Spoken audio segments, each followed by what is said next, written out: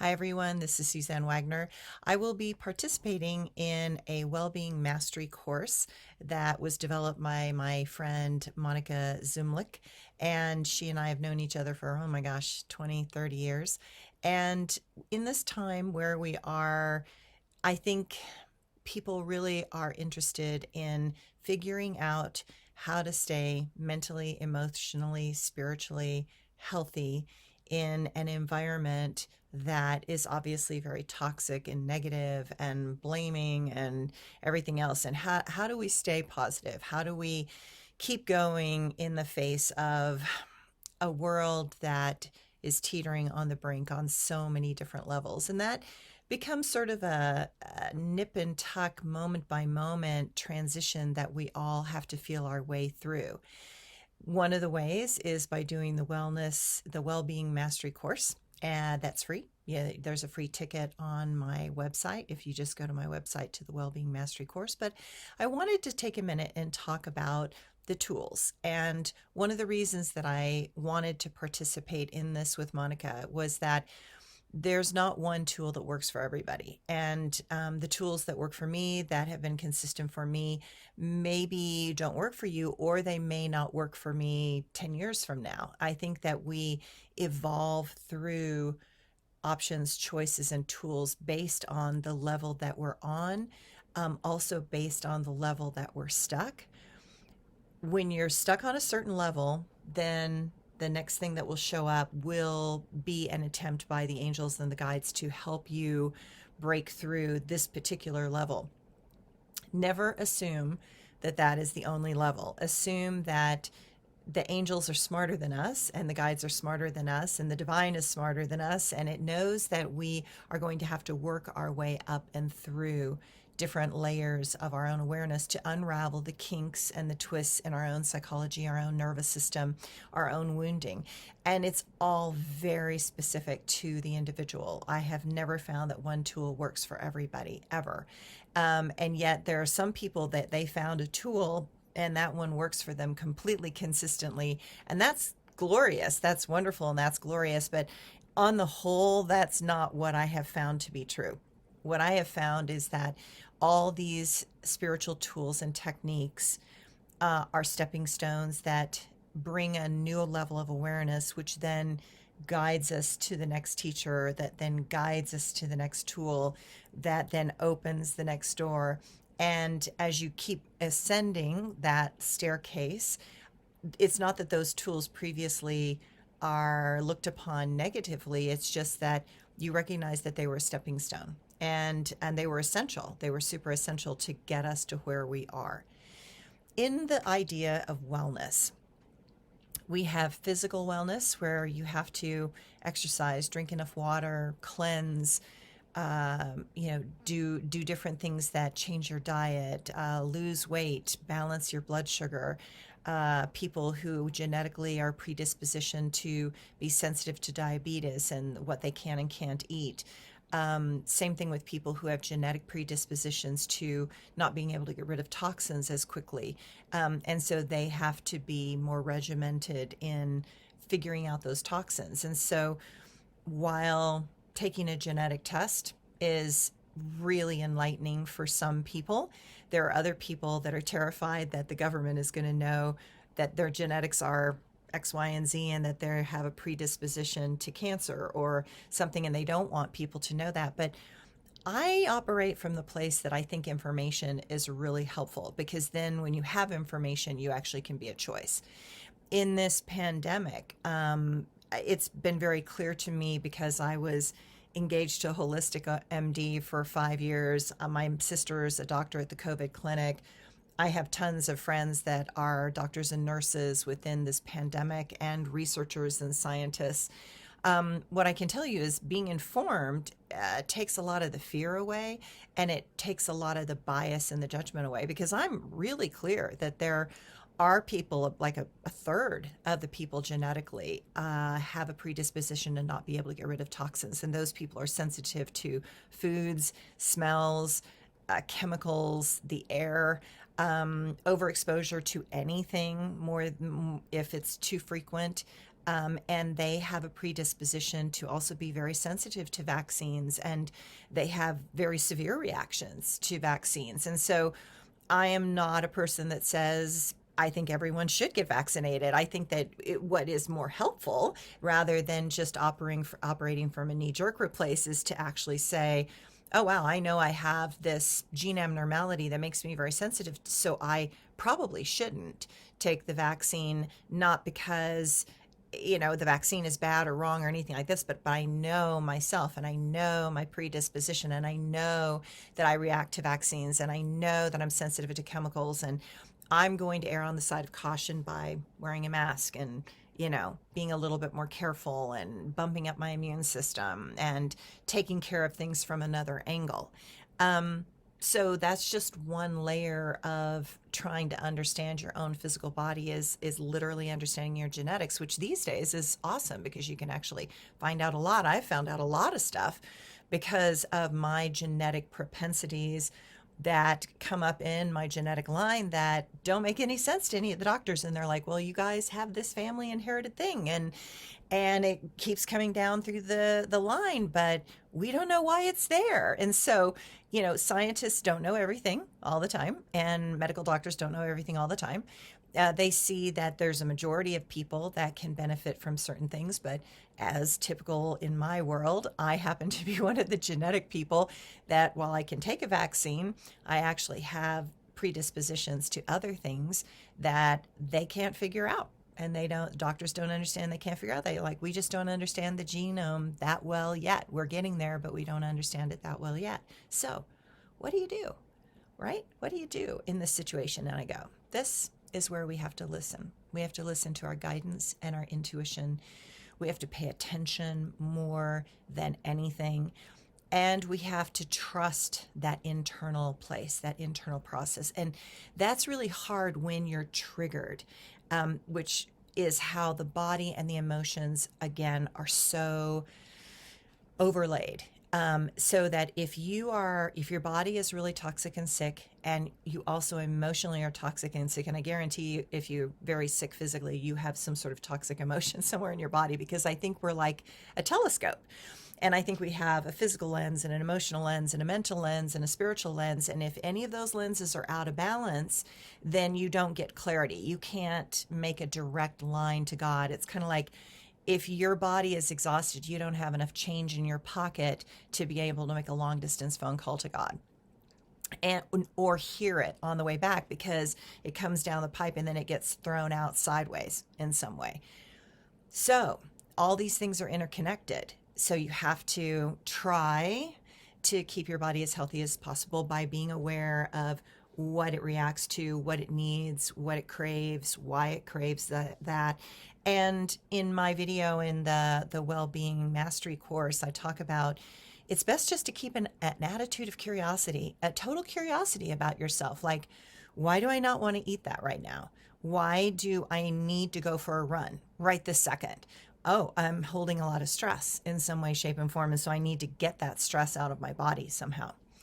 But then we have to get these lenses lined up. And if our emotional lens is also off, so if we're in denial, if we're in resistance, if we're in fear, shame, guilt, grief, all of those things can block a download from the divine through coming in, because the download will come in, but you'll negate it, or you'll push it to the side, or you'll figure you're not worthy enough to receive some sort of powerful information from the divine, which everyone has powerful information from the divine. And that's how religions kind of got the better of a lot of people. They were like, oh, we're going to be your direct line to God, and so you have to pay us this money in order to have a direct line to God, and we'll get your answer for you, and we'll tell you the prayers that you need to do in order to clear this. And don't get me wrong, do prayers work? Yes, they do. Do mantras work? Yes, they do. Does meditation work? Yes, it does. All of those things work. Why? Because they help us focus. And what happens in life is we get too much going on, too much overwhelm, we get ungrounded, we get emotionally unstable, and when that happens, we get insecure, we doubt ourselves. And if when we doubt ourselves, we don't listen and we don't hear from the divine. And while that sounds super simple to just say, oh, I'm just going to be healthier and listen to my feelings, it's not that simple. You and I both know that. It's really hard to navigate this, especially when on a telepathic agreement field, you're being bombarded with the news and the negativity and the fear that sells newspapers and sells the news, and how all this stuff works. And how does one maintain a state of clarity and calmness in the face of all that? And well, for me, first step is always my body. My body is my densest aspect of being. It is what allows my soul to have this experience in this domain. But I picked a very, very, very sensitive body. Everyone has a different body. Some people's bodies are like a Mack truck and they can eat hamburgers every single day and they might drop dead at 50, but they were great the whole time until they were 50 and then they had a heart attack. Then there's other people like me that everything seems to be a problem. And so there's this constant self-awareness and curiosity as to why I should do things or not do certain other things. And my body, I have to listen to it, because when I was a Kundalini yoga teacher, Kundalini yoga is called hot yoga, and it heats you up, which is really great for people who are always cold or people who are overweight, because heat generates energy. And so if you can build heat, you'll generate energy. And if somebody is in a state of stagnation because they sit too much, they're overweight, they're eating really toxic, when you start to move them and you heat their body up, they'll actually lose weight, they'll get energy back, they'll feel better.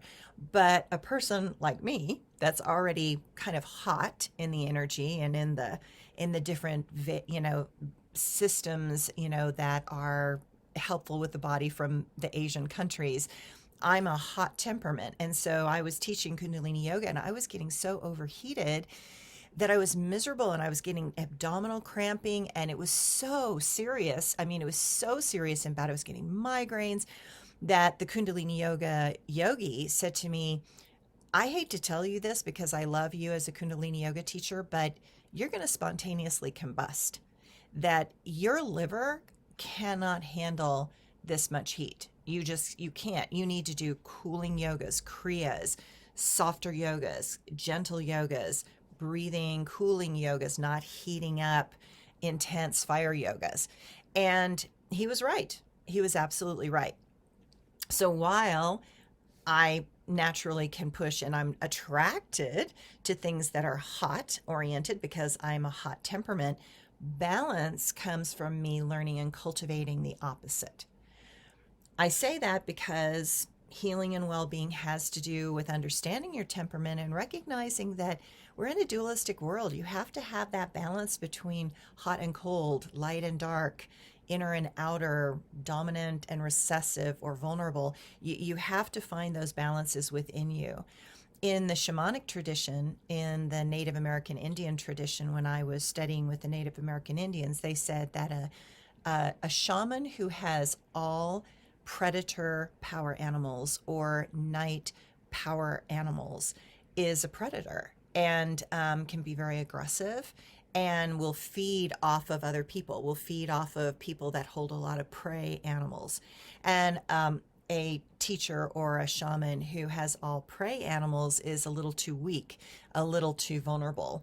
And so they don't have enough of the predator. And so they said, you really should have both. You should have predator and prey. So inside of you, your inner predator can feed on your inner prey, and there's this balance inside. And so inside of me, I have wolf, but I also have rabbit. And I remember when I got rabbit and I was like, shit, rabbit, I'm scared. And then I was like, yeah, I'm pretty much scared all the time, I think. And yet I've got this powerful wolf side, clan side also that's very protective of my clan. But I have to have both. I have to embrace both. I have to acknowledge both. I have to listen with all my ears on my inner power animal level. So again, going on a journey and finding your power animals can be really helpful, really insightful to understanding your makeup, and also helping you find that balance inside, because you'll recognize, oh, my wolf just came out then and all the dogs around me overreacted. And yeah, I probably need to calm it down, cool it down, go into rabbit, sit with rabbit for a bit, try something different, or do hummingbird, or do anything else energetically.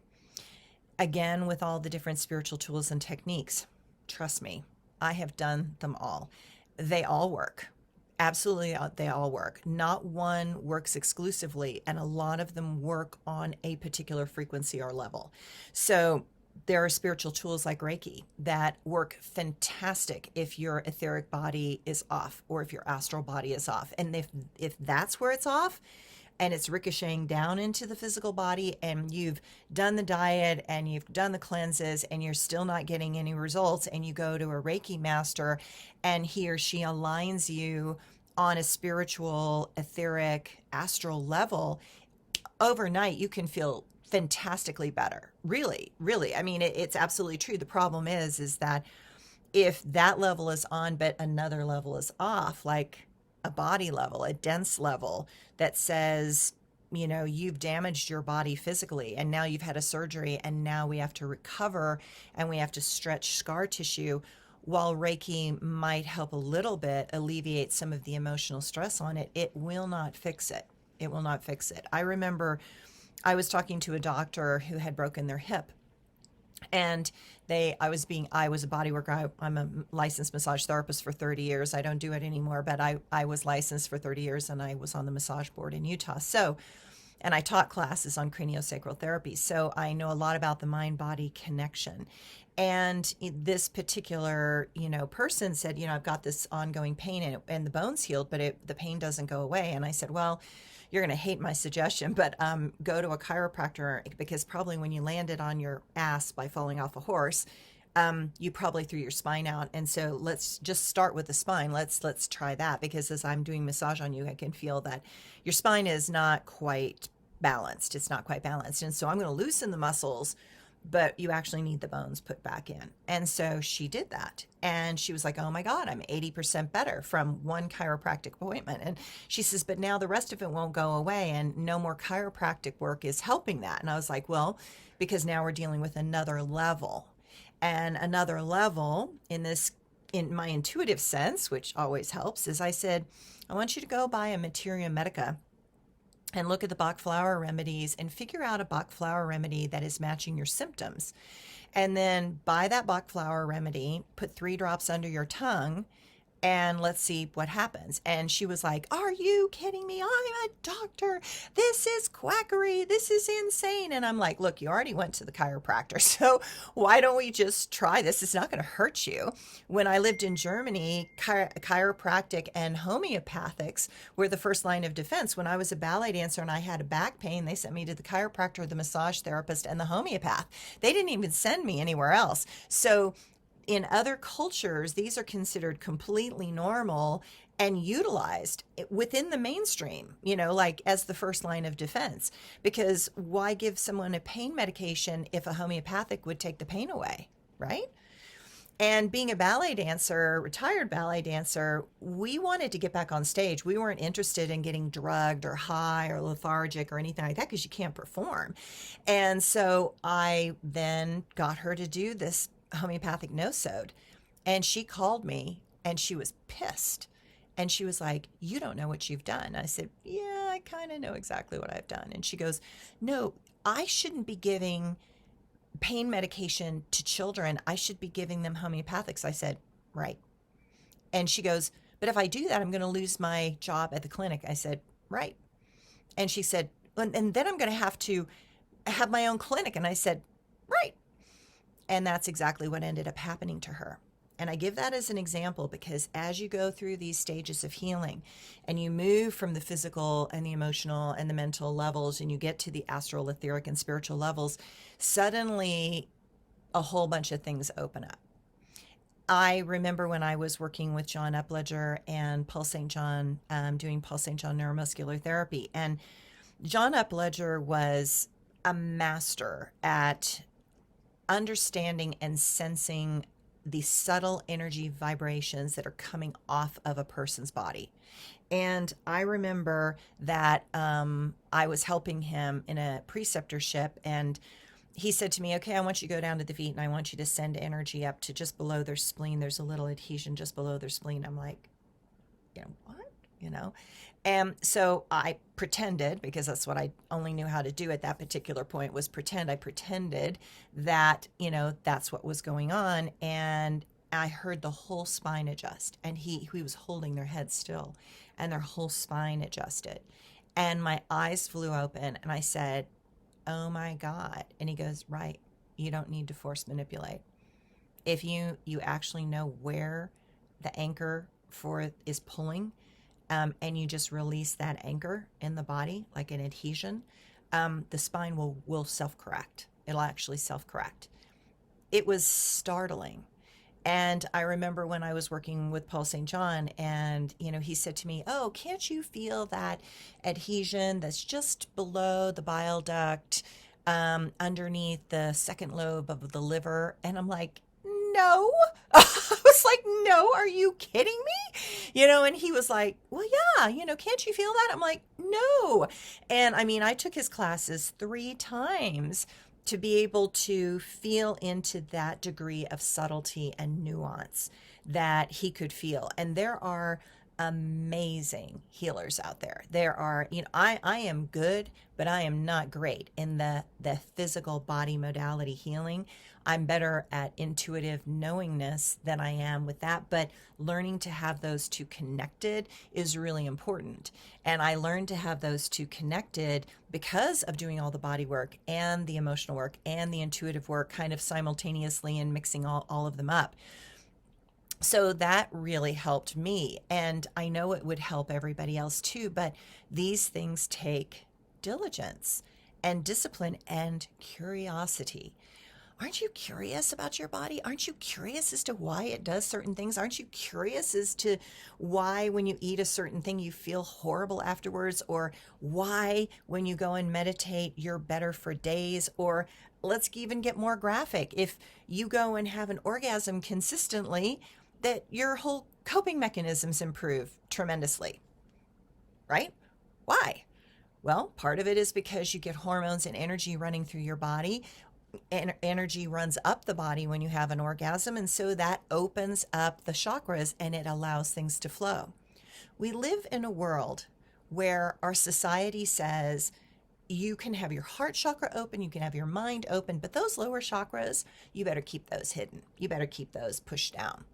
And that's what we do. And we shut them down. And that's why people get obese and they look like a pear, because they are holding all this energy below their waist. And you've got these people that look like a mama robin because they're protecting their heart. It's very common for psychics to be overweight because they're literally protecting their energy centers, their third chakra specifically, because that's where it's so sensitive. So they've got this layer of fat in front of them. But then again, it's not about the fat. It's about feeling safe. And why do you not feel safe? So what are you holding that is not allowing you to feel safe?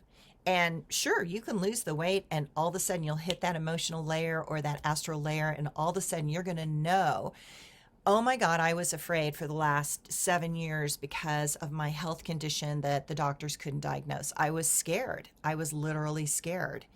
And I didn't realize it until you hit that emotional level. It's the same thing is true when you're dealing with Vipassana meditation. I remember sitting in a month-long Vipassana meditation and just going into abject pain, like physical pain. My knees were hurting, my back was hurting, everything was hurting. And you're supposed to sit there and be still and breathe and do the whole thing for 12 hours a day.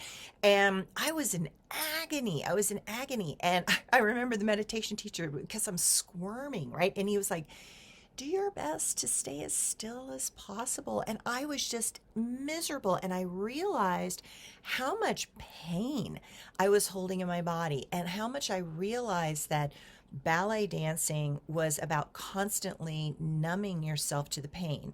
If you really were feeling your feet in point shoes all day bleeding, you couldn't dance, right? So you learn to tune it out. But denial is never a good idea. all forms of denial are never a good idea. Denial of the truth, especially right now, is a really bad idea. Denial of the truth will make you physically ill. Maybe not right away, but over time it will make you physically ill, or it'll make you so depressed that you won't want to live, right? And there's a lot of people that are leaving the planet right now because the vibration is accelerating. And if you can't move and accelerate with that vibration, you are going to get sick or die or want to die or one of the two. And so there's these waves of intensity that are magnifying in the world right now. And I know it's a lot. I mean, I hear it all day when I'm dealing with clients. I know it's a ton. And that's why I personally do the numerology and the astrology and the cards and listen to the guides, because every one of those has a different perspective. You know, the numerology will just tell you the map. The tarot will tell you the emotional map. You know, and the astrology will tell you your life path map that's going on in your life at this particular time. But then you have to make sense of them, because I know exactly what things mean, and then like cards or numbers or something, and then all of a sudden a person is in front of me and it doesn't mean that. It actually means something completely different. And so the map is a tool, but the tool doesn't have the power. Your intuition and your instinct and your gut is also a part of this process. And that's why you have to stay curious. When I'm teaching classes on channeling, I say to people, you have to stay in a place where you can ask questions. So, why am I seeing a white rabbit? What kind of white rabbit is it? What is the rabbit doing? Is the rabbit happy? Is it sad? Is it frozen? Is it running? What is the rabbit doing? Why is it doing that? And what I find is that people blindly accept something but don't understand it, but they also don't ask the question about it. Because I find that if you ask the question, oftentimes you'll get the answers. Most people don't know, but Michael, the name Michael as in Michael the Archangel, in Hebrew is a question. And his name means who is like God. And what that means is that if you get Michael or you call on Michael, you probably need to ask a question, because he'll show up. If you call him, he'll show up. But what is the question? And if you can't ask an intelligent question, then you're probably not ready to hear the answer anyway. So you can see that learning to ask the question becomes this thing of like insight, intuition, body knowing, emotional curiosity, and mental succinctness, to be in symmetry with all of those. If the mind can make sense or formulate a question, and you can then sit in emptiness with the question, which is why in Zen, there's Zen koans and there's these crazy questions that you're supposed to figure out and answer. That's what that is about. It's like, because you have to learn to train all the things to work together. The mind is supposed to be a slave to the soul, not the other way around. Most people think what they know is more important than anything. And again, that'll make you sick too. If you think your mind is so important and special and everything you know is right, well, think again, because you only know to the level that you know something. And I've learned in life that there's way more information out there than any of us could possibly know, which is why we do need to bow to the experts in certain areas and at least listen to them. We can disagree with them, but they're holding the expertise, maybe not us. And yet everyone out there feels like they have to be the expert or the best at something. And in this life, I'm like going, we're all walking each other home. I mean, there's always going to be somebody better than you. There's always a better psychic than me. There's always a better astrologer than me. Everybody's always better than me. And that's just the truth of everybody. But that shouldn't stop you from giving your gift. And it shouldn't stop you from your own health and well-being. It shouldn't stop you from being curious and wanting to do something better. I've learned something in life. If you face karma, not avoid it, not deny it, if you face karma and you keep asking the question, why does this keep happening to me?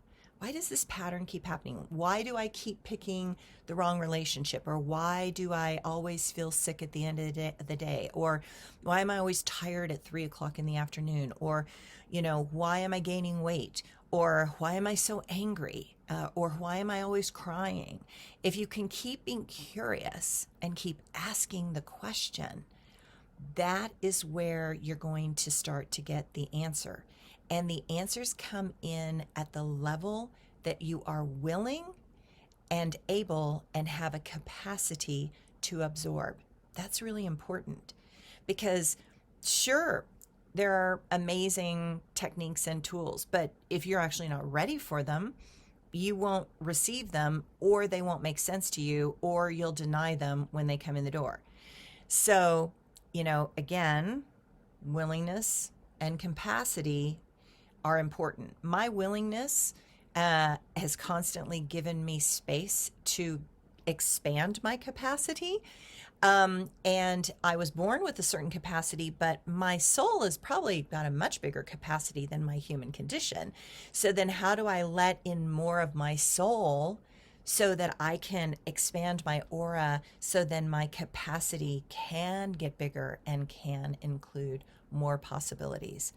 When you limit the possibilities and you limit them down to a very, very narrow pattern, you have pain. You have a lot of pain. And you don't know why you have pain. And the doctors can't figure out why you have pain. But what you're doing is you're crunching down on yourself. You are saying no to this, no to that, no to this, no to that. No, I'm not doing that. No, I don't believe in that. No, no, no, no, no, no, no. And when you do that, you limit things. And so that's why it's better to say, well, I don't know if this will work, but I'm going to try it. I'll try it once or twice or 3 times. If it works, it works. If it doesn't, it doesn't. And I can tell you that there were tools that I tried that didn't appear to work at the time, but then like 3 years later, they made all the sense in the world. And all of a sudden, I did get movement from that one piece of information that at the time I was like going, well, that makes no sense. Why did I even do that? That was nothing. I didn't get any result from that. I know as human beings, we are results oriented, but the result is supposed to be over the longer period of time in your life. The result is supposed to be at the end of this life, do you feel resolved, complete, more authentic, more open, more at peace with yourself, less blaming, less judgmental, more relaxed, less anxious. That's really the game. And I have seen people work on things that they seem to not make any headway, but they were making headway. And then in one moment, the whole thing popped. And when that whole thing popped, then everything culminated from the past and gave them that extra energy to pop them through to the other side. I have seen people that had physical conditions that were absolute, you have to have surgery, you're going to be miserable and in pain for the rest of your life, you're never going to be out of pain. And when they got that last piece of information, even though they could do MRIs and say, yeah, that pinched nerve in your spine is still there, and yes, your disc is still crap, but they had no pain. And if you have no pain, pain is a symptom. It's a symptom of unresolved stuff. It's a symptom of unresolved emotion, spiritual energy, past life stuff, mental stuff blocking truth. And so if you're feeling triggered and miserable and all this kind of stuff, you're blocking something. And I just say that because we live in a world right now where people are blocking truth. And the denial of that is so destructive. It's destructive to the planet. It's destructive to your own health and well-being. It's destructive to families. It's destructive to other countries. And we have got to learn to embrace truth, but we have to start with us. I mean, you can't embrace larger cosmic truths if you can't even tell yourself the truth. You know, if you're still hiding that past life part in there, and trust me, you can spend a lot of time doing this. I started working on all of this stuff when I was a child, and I am 61 years old, and I can tell you I'm calmer, more authentic, more real, less scared, less triggered. than at any point in my life. But that doesn't mean I don't get challenged. It doesn't mean that I don't need to go to the massage therapist for 6 months straight and have every 3 weeks, 3 hours of body work because I was falling apart. Like, you have to learn to listen, and you have to be willing to try things, and it's going to cost money. I mean, some things cost money. Now, the good news is that the Wellbeing Mastery course, there's a free ticket. So you can put your toes into 26 different areas, and you can discover that maybe there's some tools that sound interesting to you that you would like to try, because when you feel compelled to go in a direction, or you're attracted to a particular teacher or healer, that means that they have the tool that you're seeking. Okay, it's as simple as that. Like, the angels will throw these people at you. And so notice the places that something keeps coming around. And I can't tell you how many people call me and say, in one day I heard your name 6 times. And it was like, well, that's the angels making sure you're like, call Suzanne, call Suzanne, call Suzanne. But that's true of all the other healers too. It's like, I'm just one frequency of healing modalities. I'm not all the frequencies. I don't have all the answers. Nobody has all the answers for you. You have all the answers for you. And that is the most important thing to remember. So, I hope a lot of you try the Wellbeing Mastery course. I hope a lot of you discover some new tools and techniques that are out there. Remember, the tool does not have the power. It is you that give the power to the tool. And have fun with them, and stay curious. Thanks, everyone.